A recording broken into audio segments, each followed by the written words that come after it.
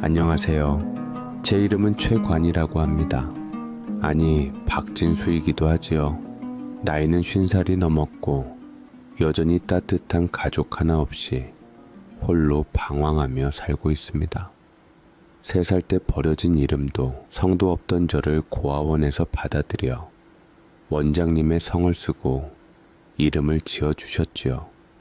고아원에서 삶이 팍팍하고 거칠고 힘들었던지라 저는 일찍이 독립해서 평생을 따뜻함이라는 것을 모르고 살았습니다. 인생에서 유일하게 인간으로서 기억되는 반평생을 죽지 못해 살았던 때에도 그 날따라 유난히 비가 차갑게 내렸습니다. 제 인생이 늘 그랬던 것처럼 말이죠. 빗줄기가 낡은 반지하 방 창문을 때리는 소리는 마치 누군가 제 방문을 쉼없이 두드리는 것 같았습니다. 물론 50살 먹은 외로운 일용직 노동자의 문을 두드릴 사람은 세상에 없었습니다. 저는 그저 땀과 시멘트 가루에 절은 작업복을 벗어던지고 구석에 아무렇게나 던져두었습니다. 곰팡이 냄새와 섞인 제 몸에서 나는 시큼한 땀 냄새가 이 방의 유일한 향기였죠. 오늘도 새벽 5시 구로 인력 시장의 찬 공기를 마시며 하루를 시작했습니다. 수백 명의 사내들이 담배 연기 속에 초조하게 서서 누군가 자신의 이름을 불러주기만을 기다리는 곳. 운 좋게 오늘은 철거 현장으로 팔려갔습니다. 시멘트 포대를 어깨에 이고 5층 계단을 오르내릴 때마다 폐속까지 시멘트 가루가 들어차는 기분이었습니다. 숨이 턱까지 차오르고 다리가 후들거릴 때면 저는 이를 악물었습니다. 고통을 느껴야만 제가 살아있다는 걸 겨우 실감할 수 있었으니까요. 하루 일당 13만 원. 그걸 손에 쥐고 집으로 돌아오는 길에 편의점에 들러 컵라면 2개와 소주 1병을 사는 것이 제 인생의 유일한 낙이었습니다. 뜨거운 물을 붓고 3분을 기다리는 동안 저는 멍하니 깜빡이는 형광등을 바라보았습니다. 제 인생도 저렇게 곧 꺼져버릴 등불 같다는 생각을 했습니다. 아무도 기억해주지 않고 아무도 슬퍼하지 않을 그런 인생 말입니다. 소주 한 잔을 목구멍으로 털어넣자 뜨거운 기운이 식도를 타고 내려가 텅 빈 위장을 지지는 것 같았습니다. 바로 이 느낌 때문에 술을 마시는 겁니다. 속이 타들어가는 이 느낌이 마음속에 응어리진 차가운 분노를 잠시나마 녹여주는 것 같아서요. 그렇게 꾸역꾸역 면발을 삼키고 국물까지 다 마셨을 때였습니다. 또 빗소리가 아니었습니다. 분명 누군가 제 현관문을 두드리는 소리였습니다. 쇠로 된 낡은 문을 통해 전해지는 소리는 작았지만 제 심장을 쿵 내려앉게 하기엔 충분했습니다. 돈 빌려달라고 찾아올 친구도 안부를 물을 가족도 없는 제게 도대체 누구일까? 혹시 잊을만 하면 찾아오는 그 빚쟁이들인가? 심장이 차갑게 식었습니다. 저는 소리 없이 일어나 현관문 렌즈에 눈을 가져다 댔습니다. 어둡고 일그러진 렌즈 너머로 보이는 건 비에 흠뻑 젖은 채 고개를 푹 숙이고 있는 웬 노파의 정수리였습니다. 바싹 마른 명태처럼 깡마른 몸에 색 바랜 낡은 옷, 처음 보는 얼굴이었습니다. 누구지? 저는 잠긴 목소리로 물었습니다. 누구시죠? 어떻게 찾아오셨어요? 문 밖의 노파는 한참 동안 말이 없었습니다. 그러다 아주 가늘고 떨리는 목소리가 문틈으로 새어 들어왔습니다. 진수야, 박진수 맞지? 진수, 박진수. 한 번도 들어보지 못한 이름이었습니다. 저는 역시나 싶어 주소를 잘못 찾아왔나 싶어 그 노파를 쳐다보고 고개를 저었습니다. 여기 그런 사람 없습니다. 잘못 찾아오셨어요. 저는 잘못 찾아왔구나 싶어서 얘기를 하니 갑자기 문고리를 잡으며 노파가 다시 말했습니다. 아이고 내 정신 좀 봐. 고아원에서 이름을 말했어야 했는데 최관이 관이라고 하면 맞지? 저는 더욱 경계하며 문고리를 꽉 쥐었습니다. 사기꾼인가 고아원 출신이라는 것을 알고 있다니, 아니면 예전에 내 존재에 대해서 아는 먼 친척이라도 되나? 뭘 벗겨먹으려 찾아왔나? 제 팍팍한 인생에 불쑥 찾아와 좋을 사람은 단 한 명도 없었습니다. 누구세요? 제 차가운 목소리의 노파가 천천히 고개를 들었습니다. 처음 보는 낯선 얼굴이었지요. 자글자글한 주름이 깊게 파여 그늘이 졌고 겁에 질린 듯한 눈은 푹 꺼져 있었습니다. 그런데 이상했습니다. 생전 처음 보는 얼굴인데 아주 희미하게 기억 저편의 파편 같은 무언가가 스치는 것 같았습니다. 노파의 입술이 파르르 떨리더니 제 평생을 뒤흔드는 한마디를 뱉어냈습니다. 나다 네 엄마. 내가 네 이름을 박진수라고 지어놨는데. 순간 제 머릿속의 모든 생각이 멈췄습니다.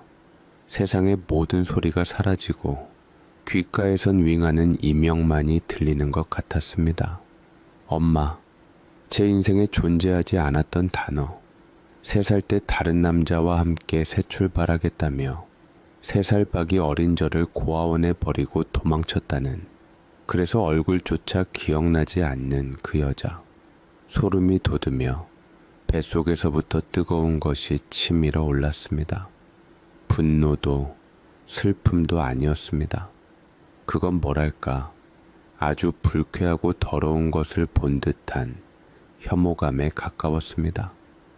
저는 아무 말 없이 현관문에 안전고리를 걸어 잠갔습니다. 그리고 다시 한번 아주 차갑고 단호하게 말했습니다. 잘못 찾아오셨습니다.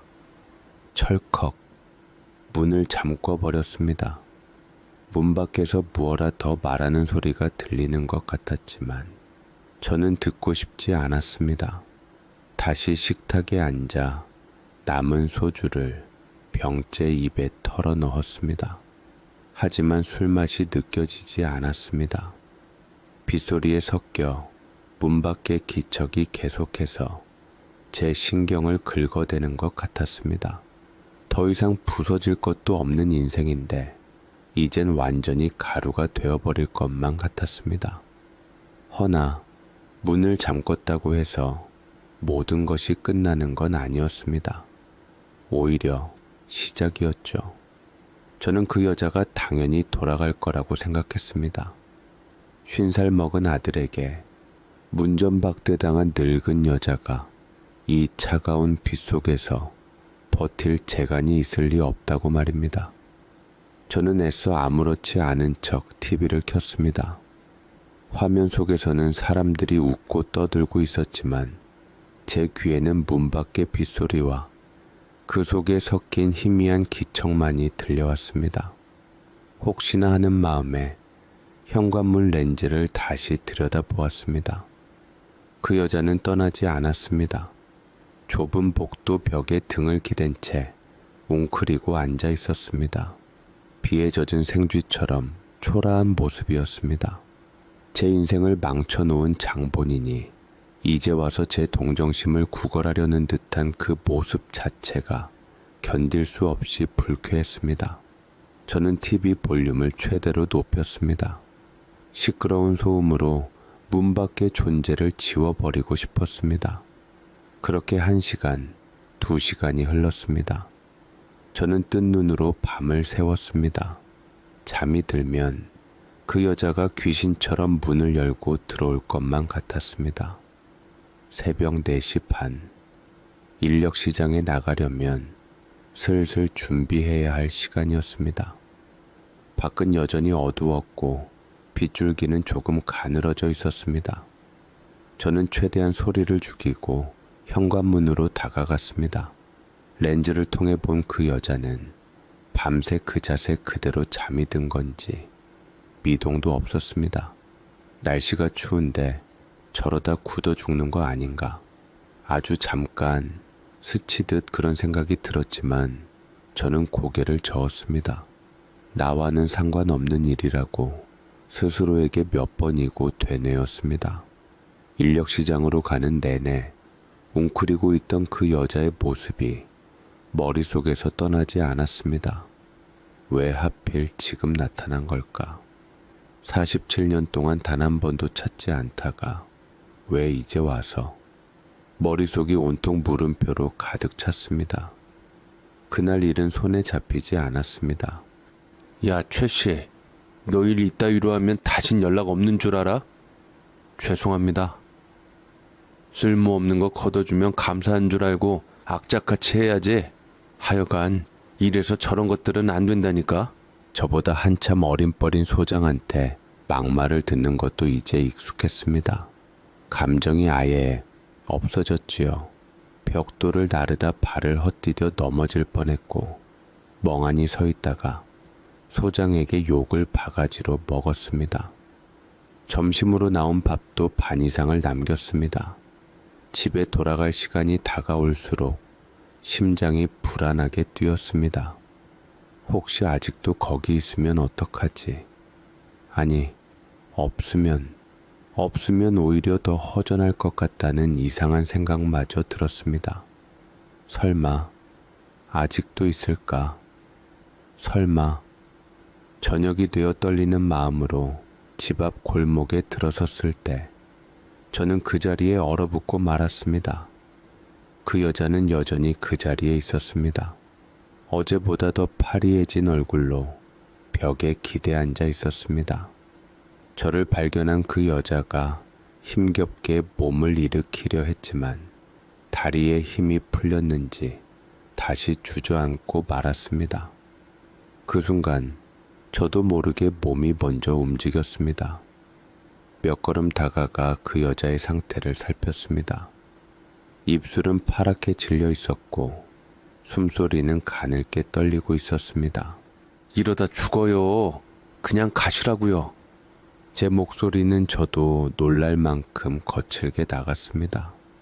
그 여자는 제 바지 가랑이라도 잡을 것처럼 힘겹게 손을 뻗으며 말했습니다. 진수야, 제발 며칠만이라도 몸 좀 추스리게 해다오. 너를 보고 싶어서 왔다. 여기가 어디라고 와서 이럽니까? 당신 같은 사람 받아줄 집 없어. 저는 매정하게 돌아섰습니다. 다시는 안 봤으면 좋겠다 싶은 와중에서도 이상하게 자꾸만 마음이 끌리는 것을 내쳐야만 했습니다. 천혜고아인 나에게 핏줄은 아무 소용없다, 아무 의미 없다 여겼는데 등 뒤로 들려온 그 여자의 다음 말이 제 발걸음을 굳게 만들었습니다. 땅이 있다. 너 주려고 평생 모은 돈이랑 땅이 있어. 그거 주고 싶어서 왔다. 제 머릿속에서 그 단어들이 맴돌았습니다. 거짓말이겠지. 저런 행색을 한 사람에게 돈이 있을 리가 없었습니다. 하지만 제 발은 떨어지지 않았습니다. 마침 며칠 전 같이 일하던 동료 김 씨가 작업 중에 다리를 크게 다치는 사고가 있었습니다.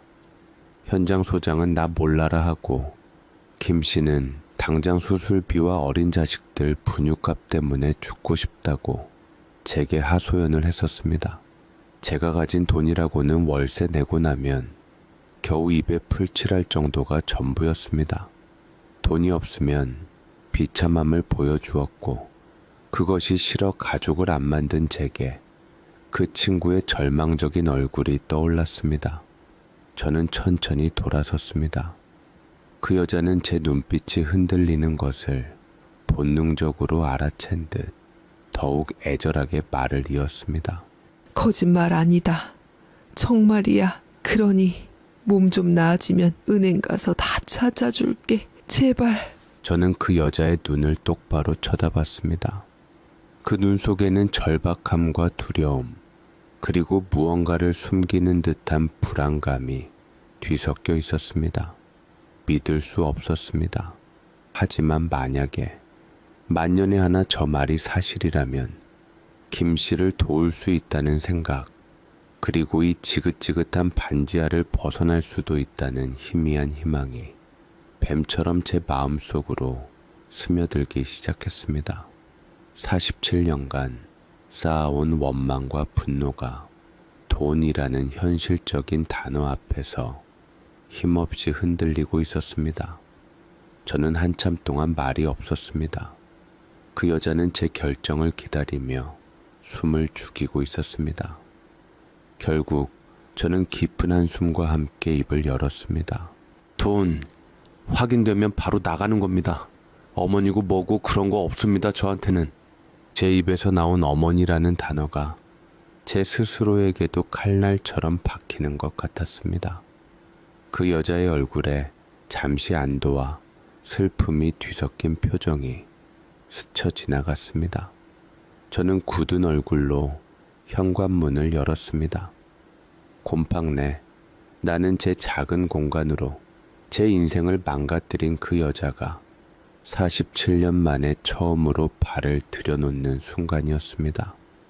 이것이 악마와의 거래 시작이라는 것을 그때는 미처 알지 못했습니다. 그 여자가 제 방에 들어온 후 공기는 납처럼 무거워졌습니다. 좁은 단칸방은 한 사람이 눕고 나면 발 디딜 틈도 없는 공간인데 이제는 둘이 숨 쉬어야 하는 감옥이 되어버렸죠. 저는 방 안쪽에 구겨져 있던 낡은 이불을 툭 던져주었습니다. 그게 제가 할 수 있는 유일한 배려이자 당신과 나는 이 이불만큼의 거리가 있다는 무언의 표시였습니다. 그 여자는 아무 말 없이 이불을 받아들고 구석에 몸을 웅크렸습니다. 다음 날부터 이상한 동거가 시작되었습니다. 저는 새벽에 일어나 인력시장으로 나갔고 저녁 늦게 돌아왔습니다. 제가 없는 동안 그 여자가 뭘 하는지 궁금하지도 않았고 알고 싶지도 않았어요. 그저 제가 돌아왔을 때 방 한 구석에 그림자처럼 조용히 앉아 있을 뿐이었습니다. 며칠이 지났을까요? 일을 마치고 집에 돌아왔는데 방 안에 이상한 냄새가 진동하고 있었습니다. 익숙한 곰팡내와 제 땀 냄새가 아닌 구수한 밥 냄새와 된장 끓는 냄새였어요. 부엌이라고 할 것도 없는 작은 싱크대 앞에서 그 여자가 제 저녁을 차리고 있었습니다. 흰쌀밥에 김이 모락모락 나는 된장찌개, 그리고 시장에서 사온 듯한 김치 몇 조각. 제 평생 누군가 저를 위해 차려준 저녁상이라는 걸 받아본 기억은 없었기에 참으로 낯설기만 했지요. 치워요. 누가 해달랬어요? 밥을 먹어야지, 진수야. 됐다고요. 꼴 보기 싫으니까 나 있을 때는 좀 없는 신용이라도 하고 있으면 안 돼요? 저는 일부러 더 쌀쌀맞게 말하며 늘 그랬듯 편의점에서 사온 컵라면에 물을 부었습니다. 그 여자는 아무 말 없이 차려놓은 밥상을 들고 구석으로 물러났습니다.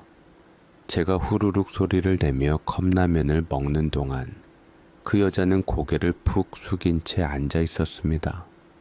그 침묵이 저를 더 불편하게 만들었습니다. 그러다 유난히 일이 고된 날이 있어서 평소보다 늦게 집 오고 피곤한 나머지 저녁을 먹는 둥 마는 둥 하고 바로 잠자리에 들었던 적이 있었습니다. 그런데 새벽녘에 지독한 허기가 저를 깨웠습니다. 위장이 쓰리고 아플 정도였죠. 어쩔 수 없이 일어나 부엌으로 갔는데 낮에 그 여자가 차려놓았던 밥상이 랩에 쌓인 채 그대로 놓여 있었습니다. 한 입만 먹을까? 아니야. 쓸데없는 자존심과 배고픔이 속에서 싸우기 시작했습니다. 결국 저는 허기를 이기지 못하고 밥상 앞에 앉았습니다. 차갑게 식은 된장찌개였습니다. 저는 숟가락으로 국물을 한술 떠서 입에 넣었습니다. 바로 그 순간이었습니다. 제 뇌가 찌르르하고 울리는 것 같았어요. 아주 오래전 기억이라는 것조차 형성되기 이전에 아득한 시절에 맡아본 듯한 희미하지만 분명한 어떤 냄새가 제 모든 감각을 흔들었습니다. 그건 그냥 된장찌개 맛이 아니었습니다. 그건 따뜻하고 포근하고 안전했던 어떤 느낌의 냄새였습니다. 3살 때의 기억이 남아있을 리 없는데도 제 몸이, 제 혀가 그 맛을 기억하는 것 같았습니다. 비려서 못 먹겠네. 저는 저도 모르게 숟가락을 탁 내려놓았습니다. 심장이 미친 듯이 뛰기 시작했습니다. 혼란스러웠습니다. 이건 그냥 우연일 뿐이라고 시장에서 파는 된장이 다 거기서 거기라고 스스로를 다그쳤습니다. 하지만 한번 피어오른 감정의 동요는 쉽게 가라앉지 않았습니다. 저는 남은 찌개를 싱크대에 전부 쏟아버렸습니다. 그리고 그릇이 깨질 듯이 설거지를 했습니다. 그 맛을, 그 냄새를 제 기억에서 지워버리고 싶었습니다. 제 마음속에 아주 작은 틈이라도 생기면 47년간 쌓아온 분노의 댐이 무너져 내릴 것만 같았습니다. 돈은 언제 줄 겁니까? 땅 문서는 어디 있고요? 저는 노골적으로 돈 이야기를 꺼내기 시작했습니다. 그 여자와 저를 이어주는 유일한 끈은 돈뿐이어야 했습니다. 다른 감정이 끼어들 여지를 주면 안 됐습니다. 그럴 때마다 그 여자는 당황한 기색으로 눈을 피하며 말했습니다. 몸이 좀 나아지면 은행에 같이 가자꾸나. 그놈의 몸은 언제 좋아지는데요? 기다려라. 서류는 조카 집에 맡겨놨는데 그 애가 며칠 집을 비워서. 핑계는 계속 바뀌었습니다. 처음에는 몸이 아프다더니 다음에는 조카 핑계를 댔습니다. 제 마음속에서는 의심이 싹트기 시작했습니다. 역시 거짓말인가? 처음부터 돈 같은 건 없었던 건가? 하지만 동시에 아주 작은 희망이 저를 붙잡았습니다. 그 희망은 김 씨의 수술비 때문이기도 했지만 어쩌면 제 인생에도 한 번쯤은 벼뜰 날이 오지 않을까 하는 저 자신도 인정하고 싶지 않은 막연한 기대감 때문이었을지도 모릅니다. 잠이 들면 꿈속에서는 자꾸만 그 된장찌개 냄새가 났습니다. 정말이지 미쳐버릴 것 같은 날들이었습니다. 그 여자에 대한 의심과 된장찌개의 기억으로 머릿속이 복잡하던 며칠 뒤 결국 제 몸에 탈이 나고야 말았습니다. 며칠간 계속된 철야 작업에 제대로 먹지도 자지도 못한 탓이었습니다. 그날은 아침부터 몸이 으슬으슬 춥고 머리가 깨질 듯이 아팠습니다. 인력시장에 나갔지만 제 얼굴을 본 반장이 혀를 차며 그냥 들어가서 쉬라고 등을 떠밀 정도였죠. 어쩔 수 없이 집으로 발걸음을 돌렸습니다. 대낮에 집에 들어가는 건 처음이었습니다. 현관문을 열자 방 안에서 무언가 부스럭거리는 소리가 들렸습니다. 그 여자는 제가 이 시간에 들어올 줄은 몰랐는지 화들짝 놀라며 손에 들고 있던 것을 등 뒤로 감췄습니다. 제가 매서운 눈으로 쳐다보자 그 여자는 마지못해 감추고 있던 것을 꺼내 보였습니다. 제 낡은 작업복 바지였습니다. 무릎 부분이 다 해져서 구멍이 나 있었는데 그 구멍을 꿰매고 있었던 겁니다. 서툰 바느질 솜씨로 한 땀 한 땀 기운 흔적이 역력했습니다. 누가 이런 거 해달랬어요? 버리면 될 것 가지고 이리 내놔요. 저는 신경질적으로 바지를 빼앗아 구석에 던져버렸습니다. 그러다 그 여자가 제 거친 손 때문에 바늘에 찔려 피를 보게 되었습니다. 마음 한구석이 이상하게 저릿했습니다. 다 쓸데없는 짓을 한 그 여자 탓이라고 생각하며 알아서 하라고 휴지를 앞에다 던져버렸지요. 그 여자가 하얀 휴지를 주름진 손가락에 대니 검붉은 피가 스며들었습니다.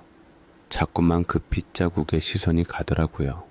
제 인생에서 누군가 제 옷을 꿰매준다는 건 상상도 해본 적 없는 일이었습니다. 그 어색하고 불편한 감정을 애써 무시하며 저는 이불을 뒤집어 쓰고 자리에 누웠습니다. 열이 오르는지 온몸이 불덩이 같았고 뼈마디가 쑤셔왔습니다. 얼마나 잤을까요? 정신없이 앓다가 문득 눈을 떴을 때 방 안은 이미 어둑어둑해져 있었습니다. 머리는 여전히 지끈거렸지만 뜨겁던 몸은 신기하게도 조금 가벼워진 느낌이었습니다. 이마에 차가운 감촉이 느껴져 손을 가져가 보니 물에 적신 수건이 올려져 있었습니다. 제가 잠든 사이 누군가 계속해서 물수건을 갈아주었던 겁니다. 고개를 돌리자 그 여자가 제 머리맡에 웅크리고 앉아 졸고 있었습니다. 제 작은 뒤척임에 놀라 잠이 깬 그 여자는 제 눈과 마주치자 어쩔 줄 몰라 하며 말했습니다. 네가 이마가 너무 뜨거워서 미안하다. 저는 아무 말도 하지 않았습니다. 아니, 할 수가 없었습니다. 비몽사몽간이었지만 뜨거운 제 이마에 차가운 수건이 닿을 때마다 느껴졌던 그 시원함이 기억났습니다. 누군가 제 곁을 지키고 있다는 그 막연한 안도감이 아주 희미하게 떠올랐습니다. 고아원에서 숨죽여 밤을 새우던 어린 시절, 아파도 아프다고 말할 곳 하나 없었던 외로운 시간들, 그 기억들이 파노라마처럼 스쳐 지나가면서 제 마음속 가장 단단했던 부분이 조금씩 녹아내리는 것 같았습니다. 그 여자는 제 이마를 한번 짚어보더니 부엌에서 김이 모락모락 나는 흰죽 한 그릇을 들고 왔습니다. 뭐라도 좀 먹어야 하지 않겠냐. 아무리 미워도 이건 먹어라. 먹어야 힘이 나지. 저는 말없이 일어나 앉았습니다. 숟가락을 들 힘도 없었지만 이상하게 거부하고 싶지는 않았습니다. 그 여자는 제 손에 들린 숟가락을 잠시 바라보더니 아주 조심스럽게 그릇을 받아들었습니다. 그리고는 죽을 한 숟가락 떠서 입으로 후후 불어 식힌 다음 제 입가로 가져왔습니다. 누군가 제게 음식을 떠먹여 준다는 것, 그건 제 기억 속에 존재하지 않는 행위였습니다. 너무나도 낯설고 당황스럽고 심지어는 조금 두려운 느낌마저 들었습니다. 저는 고개를 저으며 그 손길을 피했습니다. 내가 먹을게요. 제 목소리는 심하게 잠겨 있었습니다. 그 여자는 더 이상 권하지 않고 그릇을 제 손에 다시 쥐어주었습니다. 저는 숟가락을 든 손을 애써 떨지 않으려 애쓰며 천천히 죽을 떠먹기 시작했습니다. 아무 맛도 나지 않는 흰죽이었지만 목구멍으로 넘어갈 때마다 뜨거운 덩어리가 되어 가슴에 턱턱 걸리는 것 같았습니다.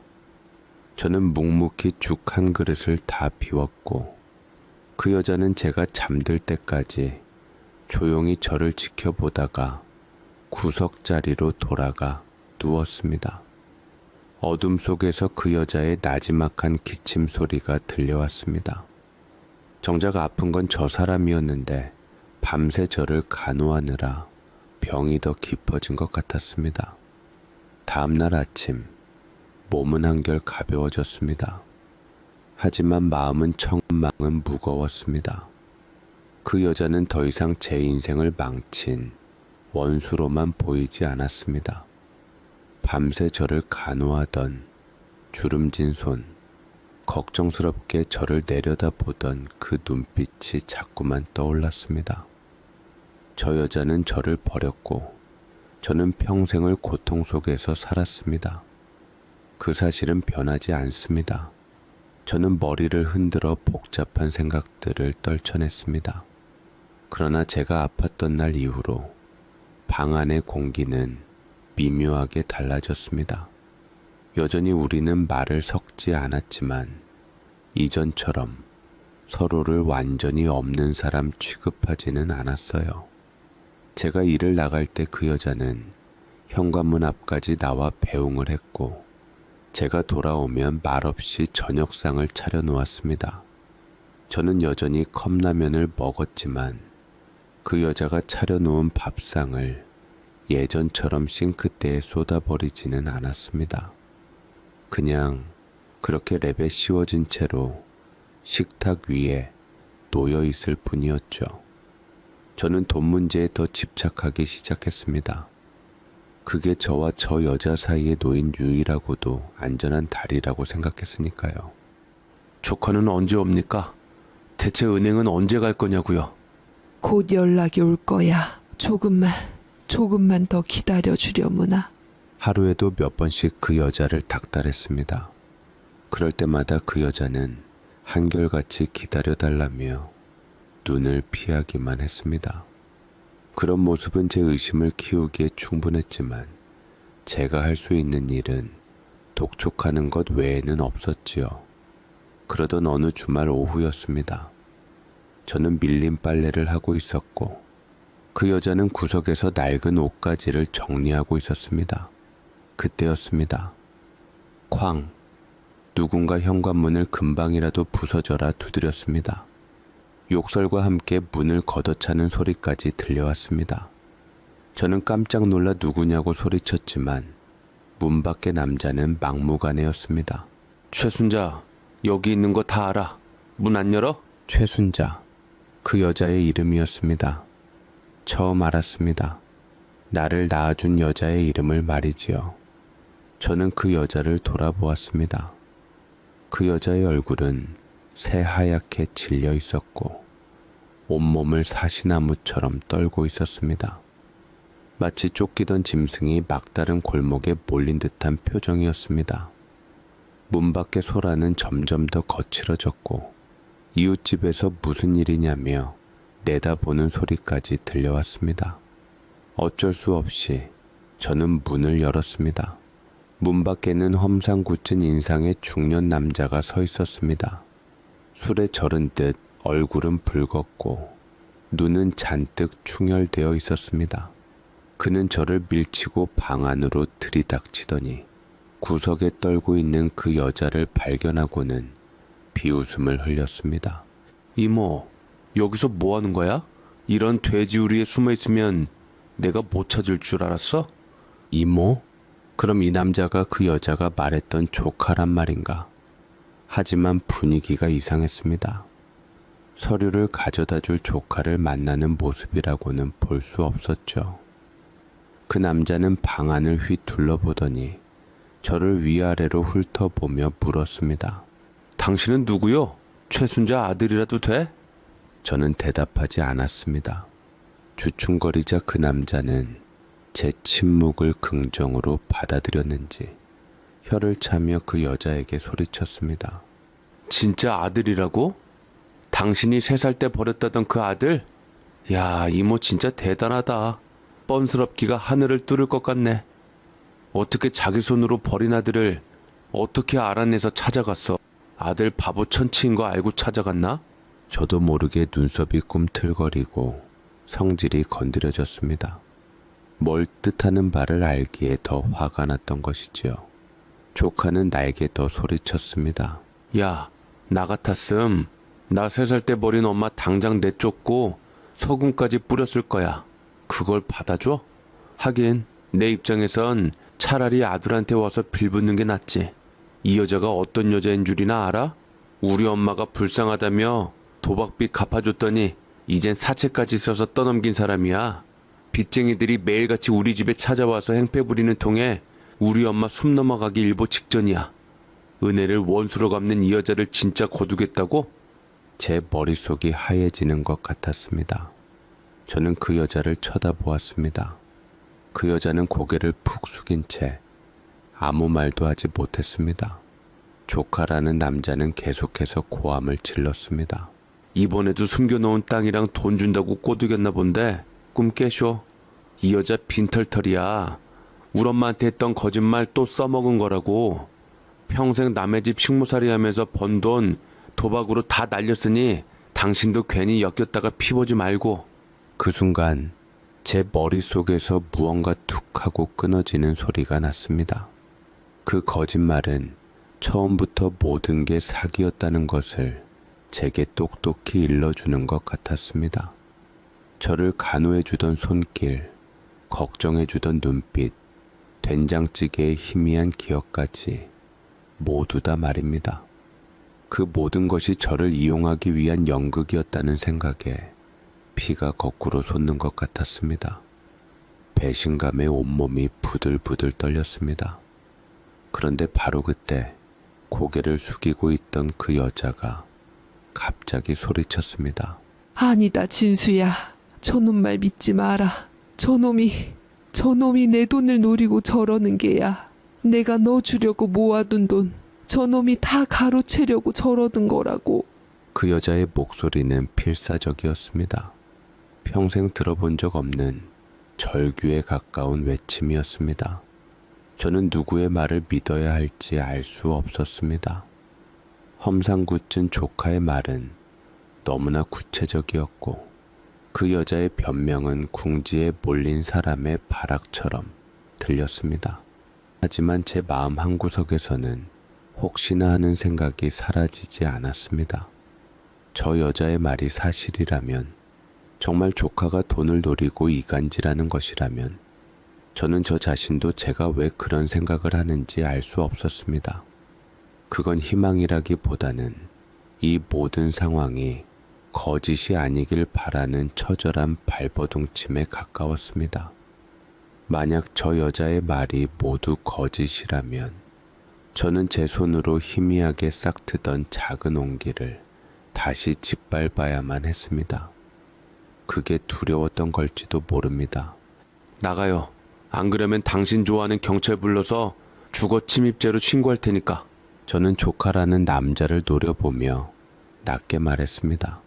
답답하다는 듯 조카는 우리 집 앞에 쓰레기를 몽땅 엎질러 놓는 걸로 분풀이를 하며 다시 찾아오겠다고 갔습니다. 조만간 다시 찾아오긴 할 것 같았지요.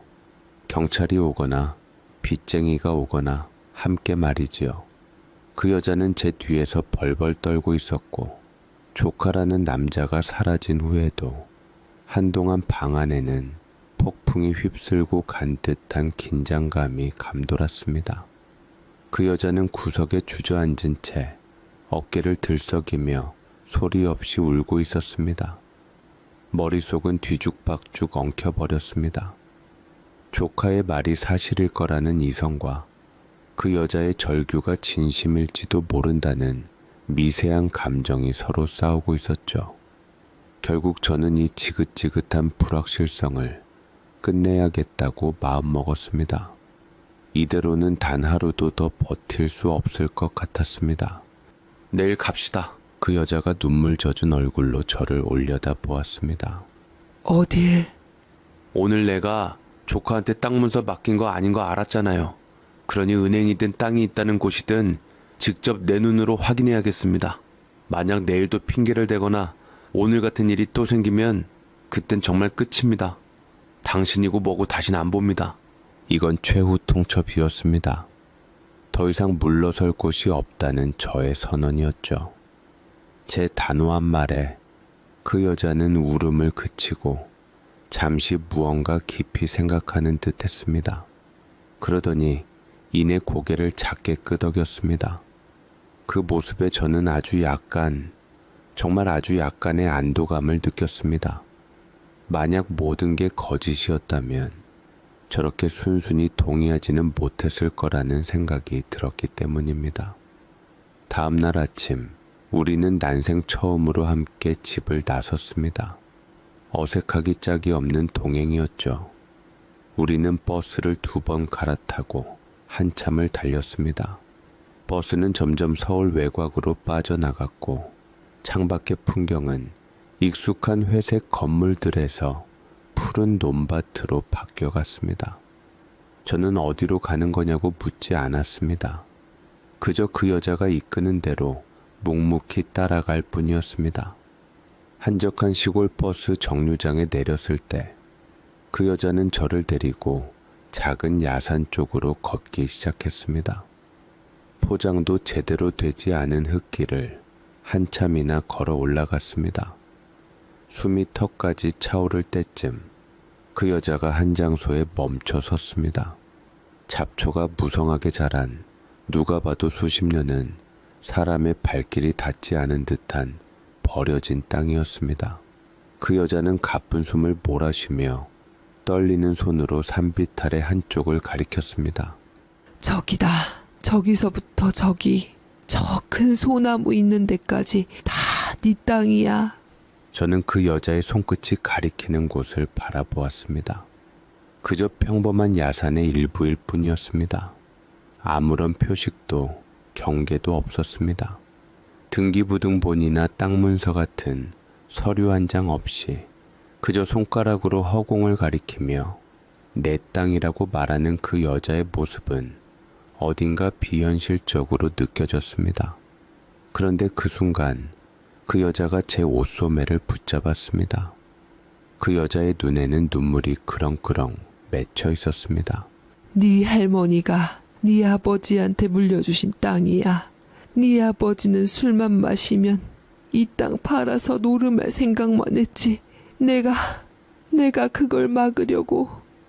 그 여자는 말을 잇지 못하고 입술만 파르르 떨었습니다. 그 모습이 꼭 아주 오래된 비밀을 꺼내놓는 사람처럼 보였습니다. 그 간절한 눈빛과 떨리는 목소리, 그건 거짓말을 하는 사람의 것이라고는 믿기 어려웠습니다.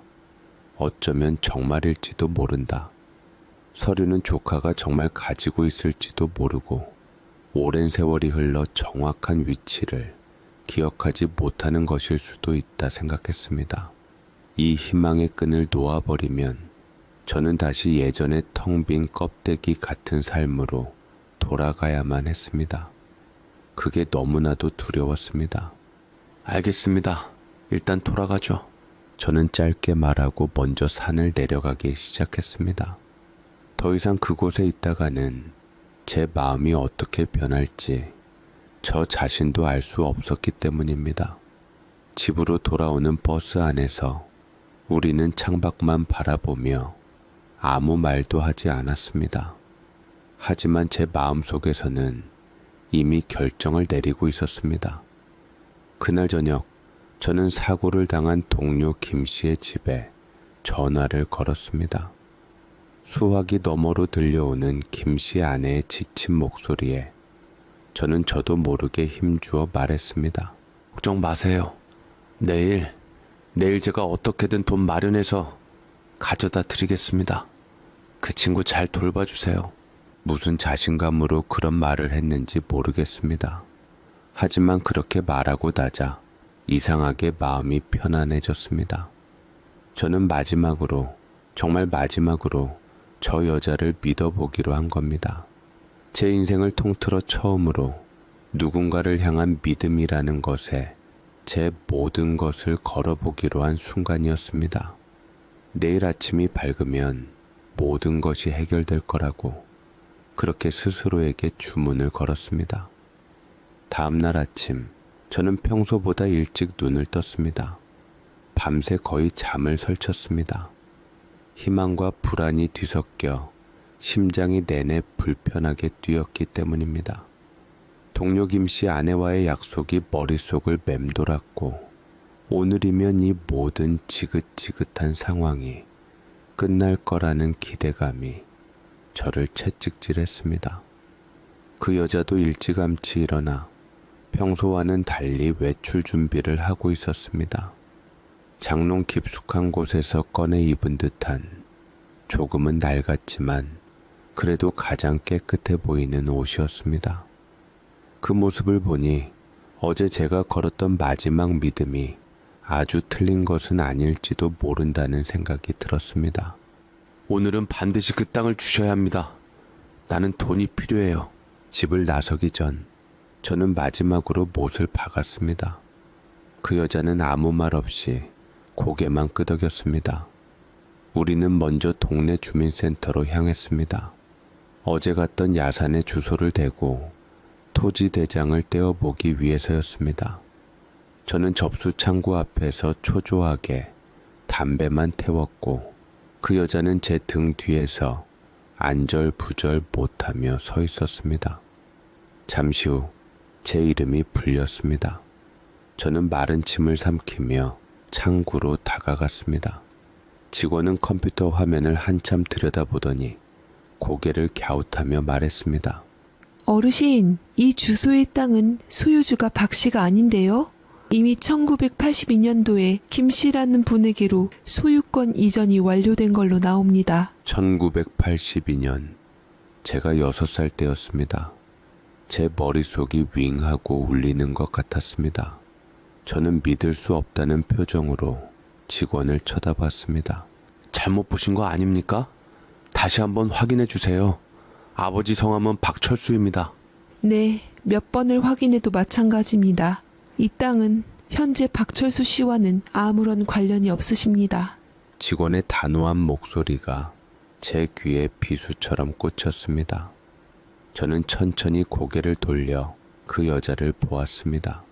그 여자의 얼굴은 이미 핏기 하나 없이 새하얗게 질려 있었습니다. 모든 것을 알고 있었다는 표정이었습니다. 제 속에서 무언가 뜨거운 것이 울컥 치밀어 올랐지만 저는 애써 눌러 참았습니다. 아직 은행이 남아 있었습니다. 땅은 어떻게 잘못됐을지 몰라도 평생 모았다는 돈은 있을지도 모른다는 신락 같은 희망이 저를 붙들었습니다. 주민센터를 나와 은행으로 가는 내내 우리는 한마디도 하지 않았습니다. 제 걸음은 점점 빨라졌고 그 여자는 제 뒤를 힘겹게 쫓아왔습니다. 은행에 도착해서도 상황은 마찬가지였습니다. 그 여자가 내민 낡은 통장은 이미 거래가 정지된 지 오래된 휴명 계좌였습니다. 직원은 한참이나 컴퓨터를 두드려 보더니 난감한 표정으로 우리를 바라보았습니다. 잔액이 7,350원 남아있으시네요. 이 계좌는 마지막 거래 이후 10년이 넘어서. 직원의 말이 더 이상 들리지 않았습니다. 제 귀를 의심했습니다. 평생 모았다는 돈의 가치가 고작 7,350원이었던 겁니다. 그 순간 제 머릿속을 지탱하고 있던 마지막 끈이 툭 하고 끊어져 버렸습니다. 희망, 기대, 믿음. 제가 지난 며칠간 품었던 모든 감정들이 한순간에 제가 되어 흩어지는 기분이었습니다. 동료 김씨 아내의 얼굴, 새로 살 트럭, 이 지긋지긋한 반지하를 벗어나는 꿈, 그 모든 것이 신기루처럼 사라졌습니다. 남은 것은 지독한 배신감과 제 자신이 너무나도 한심하고 비참하다는 생각뿐이었습니다. 저는 통장을 창구 직원에게서 빼앗듯 돌려받아 그 여자의 손에 구겨 쥐어 주었습니다. 그리고 아무 말 없이 은행을 나섰습니다. 그 여자가 뒤에서 저를 부르는 소리가 들렸지만 돌아보지 않았습니다. 지금 저 여자의 얼굴을 보면 제가 무슨 짓을 저지를지 저 자신도 알 수 없었기 때문입니다. 집으로 돌아오는 길은 지옥 같았습니다. 모든 것이 거짓이었습니다. 저를 간호해주던 손길도 걱정해주던 눈빛도 전부 저를 기만하기 위한 연극이었습니다. 저는 그 연극의 노란한 한심한 바보였습니다. 집에 도착하자마자 저는 신발도 벗지 않은 채 방 안으로 들어섰습니다. 뒤따라 들어온 그 여자는 겁에 질린 얼굴로 문가에 서 있었습니다. 방 안의 공기는 폭풍이 몰아치기 직전처럼 고요하고 무거웠습니다. 저는 아무 말 없이 그 여자를 노려보았습니다. 제 눈에 무엇이 담겨 있었는지 그 여자는 뒷걸음질 치며 문고리를 붙잡았습니다. 이제 모든 것을 끝내야 할 시간이었습니다. 방 안의 침묵은 칼날 같았습니다. 저는 문가에 서서 떨고 있는 그 여자를 향해 천천히 걸어갔습니다. 제 발걸음 소리가 방 안에 무겁게 울렸습니다. 제 안에서는 주체할 수 없는 분노가 용암처럼 들끓고 있었습니다. 47년 동안 묵혀두었던 원망과 지난 며칠간 품었던 헛된 희망에 대한 배신감이 뒤섞여 저를 집어삼키고 있었죠. 당신 나한테 왜 그랬어? 제 목소리는 제 것이 아닌 것처럼 낮고 차갑게 갈라져 나왔습니다. 그 여자는 대답 대신 고개를 푹 숙였습니다. 그 모습에 저는 더 이상 참을 수가 없었습니다. 왜 그랬냐고 물었잖아. 사람 비참하게 만드는 게 그렇게 재밌었어? 평생을 당신 때문에 망가진 인생이야. 그런데 이제 와서 마지막 남은 희망까지 그렇게 짓밟아야 속이 시원했냐고. 저는 고함을 질렀습니다. 손에 잡히는 대로 물건을 집어 던졌습니다. 컵라면 그릇이 벽에 부딪혀 박살이 나고 낡은 라디오가 바닥에 떨어져 산산조각 났습니다. 방 안은 순식간에 아수라장이 되었습니다. 하지만 그렇게 해도 분이 풀리지 않았습니다. 제 가슴 속에 뚫린 거대한 구멍은 무엇으로도 채워지지 않았습니다. 제 광기 어린 모습에 그 여자는 겁에 질려 바닥에 주저앉아 버렸습니다. 그리고 마침내 무너지듯 오열하기 시작했습니다.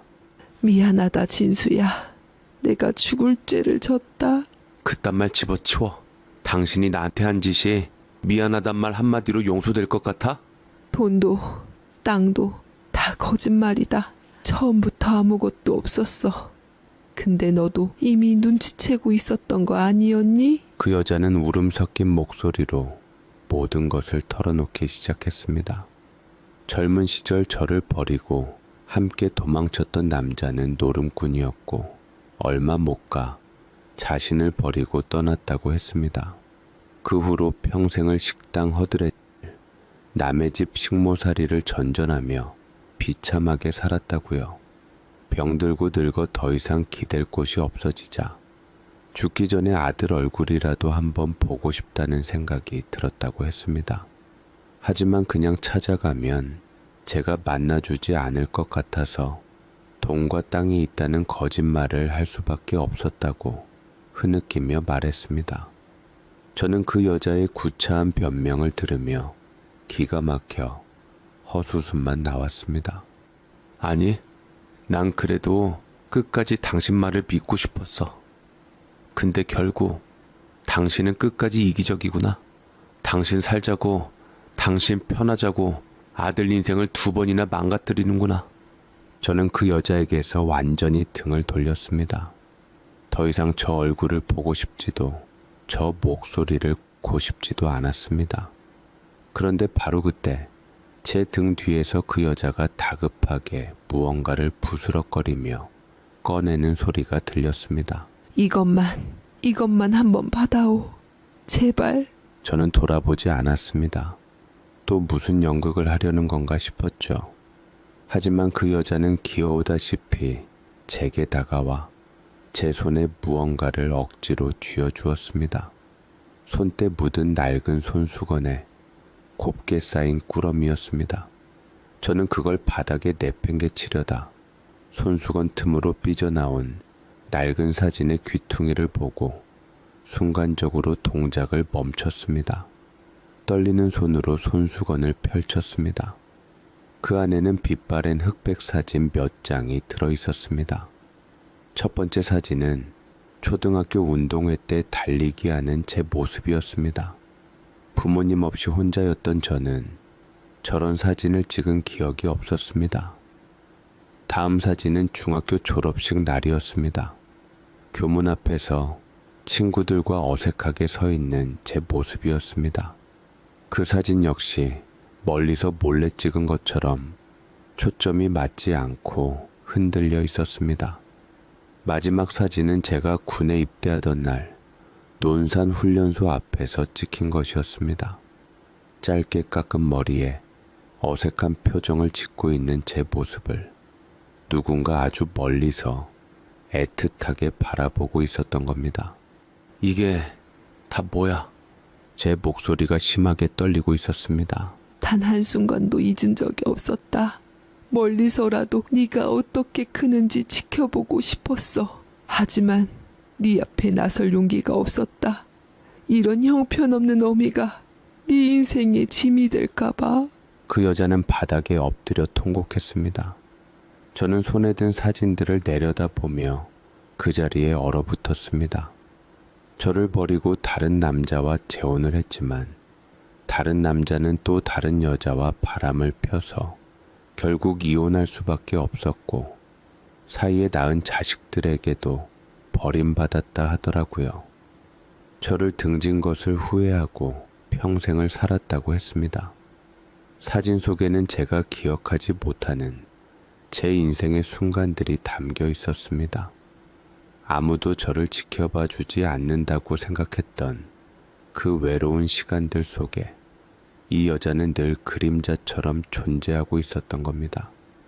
하지만 그렇다고 해서 모든 것이 용서될 수는 없었습니다.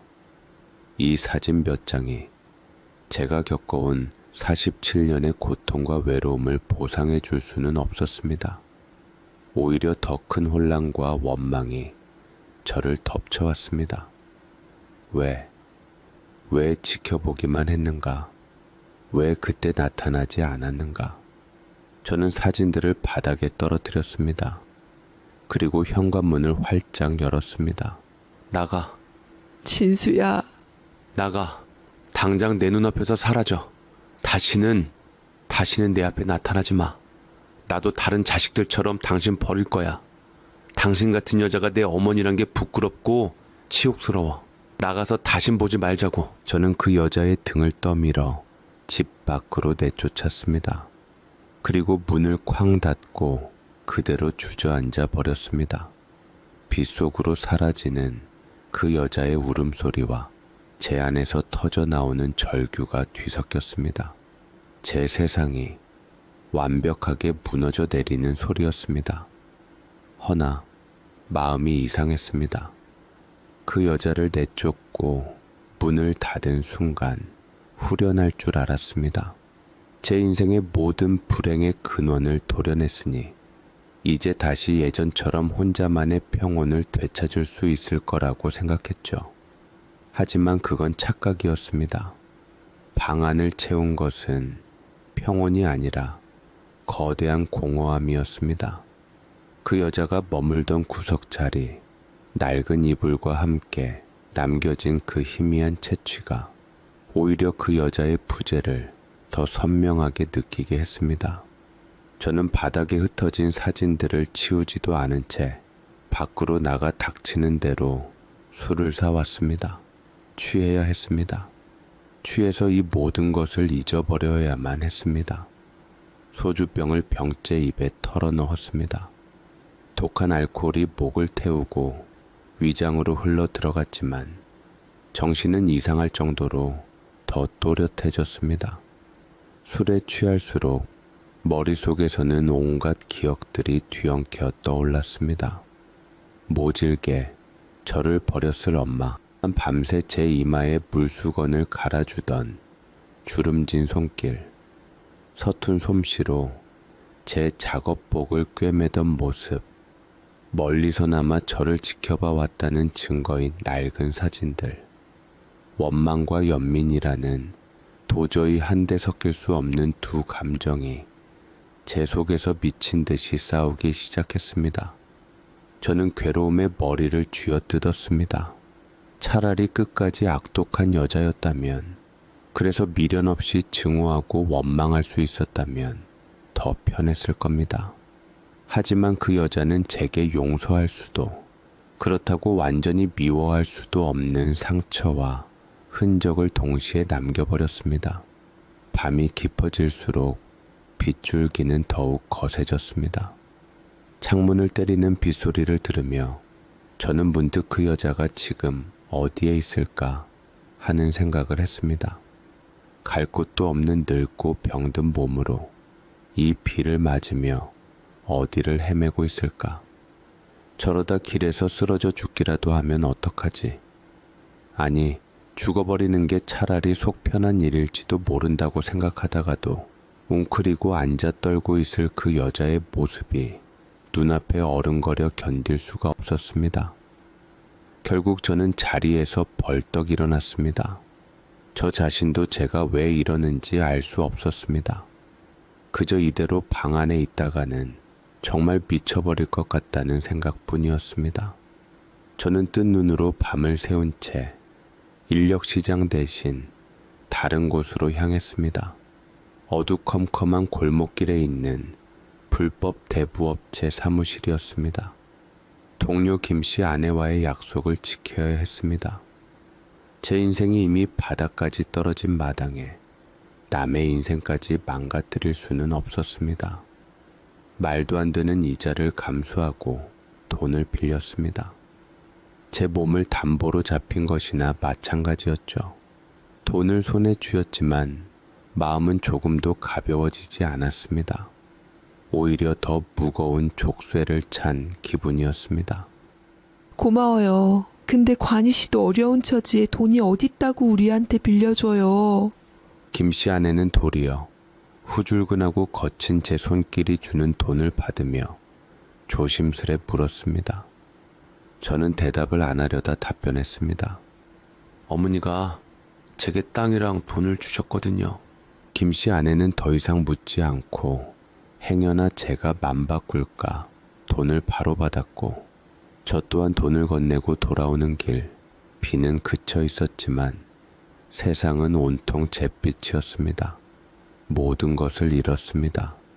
희망도, 돈도, 그리고 어쩌면 다시는 찾을 수 없을지도 모르는 어머니라는 존재까지도요. 터덜터덜 발걸음을 옮기는데 동네 공원 벤치가 눈에 들어왔습니다. 그리고 그곳에 웅크리고 누워있는 익숙한 형체가 보였습니다. 그 여자였습니다. 밤새 비를 맞아 옷은 흠뻑 젖어 있었고 입술은 파랗게 질려 있었습니다. 미동도 없이 누워있는 모습이 꼭 죽은 사람 같았습니다.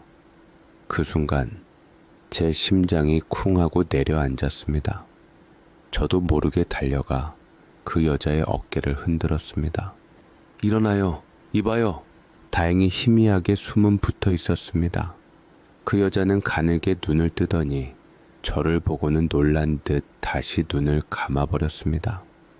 마치 꿈이라고 생각하는 것 같았습니다. 저는 아무 말도 하지 않았습니다. 무슨 말을 해야 할지도 몰랐습니다. 대신 저는 몸을 숙여 깡마른 그 여자를 등에 업었습니다. 생각보다 너무나도 가벼운 무게에 제 가슴이 철렁 내려앉는 것 같았습니다. 집으로 돌아오는 길은 멀고도 길게 느껴졌습니다. 제 등 뒤에서 그 여자의 얕은 숨소리가 규칙적으로 들려왔습니다. 그 숨소리를 들으며 저는 이상하게도 마음이 차분해지는 것을 느꼈습니다. 원망도 분노도 연민도 아니었습니다. 그저 이대로 이 사람을 죽게 내버려 둘 수는 없다는 단순한 감정이었습니다. 집에 도착해 그 여자를 자리에 눕혔습니다. 그리고 젖은 옷을 벗기고 제 옷 중에서 가장 두꺼운 옷으로 갈아입혔습니다. 그 과정에서 본 그 여자의 몸은 앙상한 뼈마디가 그대로 드러나 보일 정도로 말라 있었습니다. 평생 얼마나 고된 삶을 살았는지 온몸에 남은 상처와 멍 자국들이 대신 말해주고 있었습니다. 저는 아주 길고 어두웠던 터널의 끝에서 희미한 빛을 본 것 같았습니다. 그 여자를 다시 방에 들인 후 모든 것이 달라졌습니다. 하지만 그건 상황이 좋아졌다는 뜻은 아니었어요. 그 여자의 몸은 밤새 맞은 비 때문인지 급격하게 쇠약해졌습니다. 기침은 더 심해졌고 이제는 자리에서 혼자 일어나지도 못할 정도가 되었습니다. 병원에 데려가야 했지만 제 수중에는 당장 먹고 살 돈도 없었습니다. 사채빚은 눈덩이처럼 불어날 것이 뻔했고요. 저는 그날부터 인력시장에 나가는 대신 다른 일을 시작했습니다.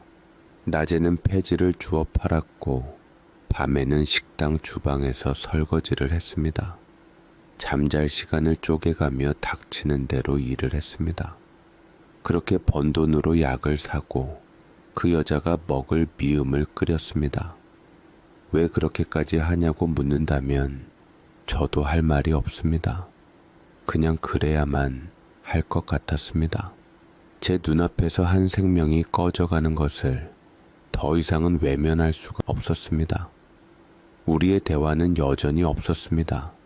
저는 묵묵히 그 여자를 간호했고 그 여자는 말없이 제가 주는 약과 미음을 받아먹었습니다. 하지만 침묵 속에서 우리는 그 어떤 말보다 더 깊은 것을 나누고 있었습니다. 제가 미움을 떠먹여 줄 때 그 여자의 눈가에 맺히는 눈물, 제가 잠든 사이 제 머리를 쓰다듬어 주려다 멈칫하는 그 가느다란 손길, 그런 작은 순간들이 쌓여 47년간 얼어붙었던 제 마음을 아주 천천히 녹이고 있었습니다. 어느 날 밤 제가 설거지 일을 마치고 돌아왔을 때였습니다. 그 여자가 저를 기다렸다는 듯 희미하게 눈을 뜨고 있었습니다. 그리고는 아주 작은 목소리로 제게 말했습니다. 진수야, 저기 서랍 좀... 저는 그 여자가 가리키는 낡은 서랍을 열었습니다. 그 안에는 그 여자가 처음 이곳에 올 때 들고 왔던 작은 천 가방이 들어 있었습니다. 그 여자는 힘겹게 손을 뻗어 그 가방을 열어달라는 손짓을 했습니다. 가방 안에는 낡은 옷가지 몇 개와 함께 손때 묻은 작은 통장 하나가 들어 있었습니다. 내가 가진 전부다. 그 여자는 가쁜 숨을 몰아쉬며 말했습니다. 저는 말없이 통장을 받아들었습니다. 그건 은행에서 확인했던 잔액이 7,350원 뿐이던 그 휴명계좌 통장이 아니었습니다. 아주 오래된, 지금은 발행되지도 않는 구식 통장이었습니다. 저는 떨리는 손으로 통장을 펼쳤습니다. 첫 장에는 최순자라는 이름과 함께 아주 오래전 날짜가 찍혀 있었습니다. 그리고 다음 장부터 삐뚤빼뚤한 글씨와 함께 입금 내역이 빼곡하게 적혀 있었습니다.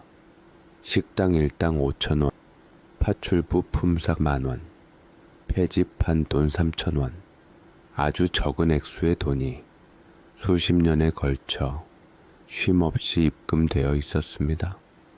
그리고 마지막 장에 찍힌 최종 잔액은 327만 원이었습니다. 통장 사이에는 누렇게 변색된 편지지 한 장이 끼워져 있었습니다. 서툰 글씨로 이렇게 적혀 있었습니다. 세상 전부를 못 줘서 미안하다. 이게 엄마의 전부다. 따뜻한 밥 한 끼 꼭 사 먹어라. 엄마가... 저는 그 편지를 읽고 통장을 손에 쥔 채 그 자리에 얼어붙었습니다. 엄마라는 단어, 그 여자의 입이 아닌 글씨로 처음 마주한 그 단어 앞에서 눈물이 쉴 새 없이 흘러내렸습니다. 50살 평생 단 한 번도 소리내어 울어본 적 없었던 제가 어린아이처럼 목 놓아 울었습니다. 그건 돈의 액수 때문이 아니었습니다. 수십 년의 세월 동안 저를 생각하며 1,000원, 2,000원을 모았을 그 고단한 삶의 무게가 그 꾸깃꾸깃한 편지지 한 장에 모두 담겨 있었기 때문입니다. 며칠 후 그 여자는 제 손을 잡고 조용히 눈을 감았습니다. 아주 편안한 얼굴이었습니다. 저는 그 여자의 장례를 치렀습니다. 찾아오는 사람 하나 없는 아주 작은 장례식이었지만 저는 조금도 외롭지 않았습니다. 시간이 흘렀습니다.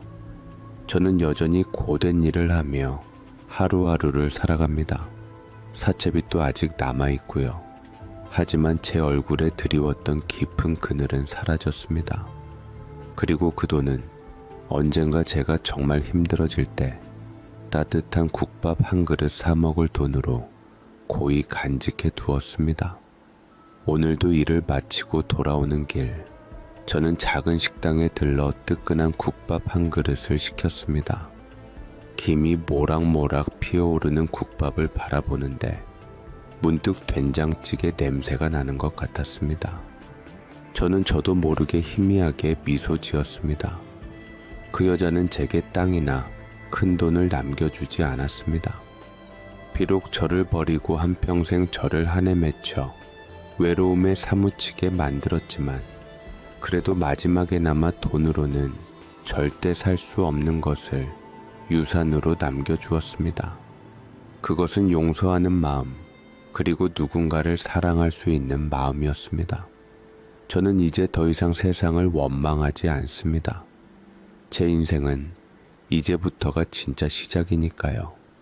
제 사연 읽어주셔서 감사합니다.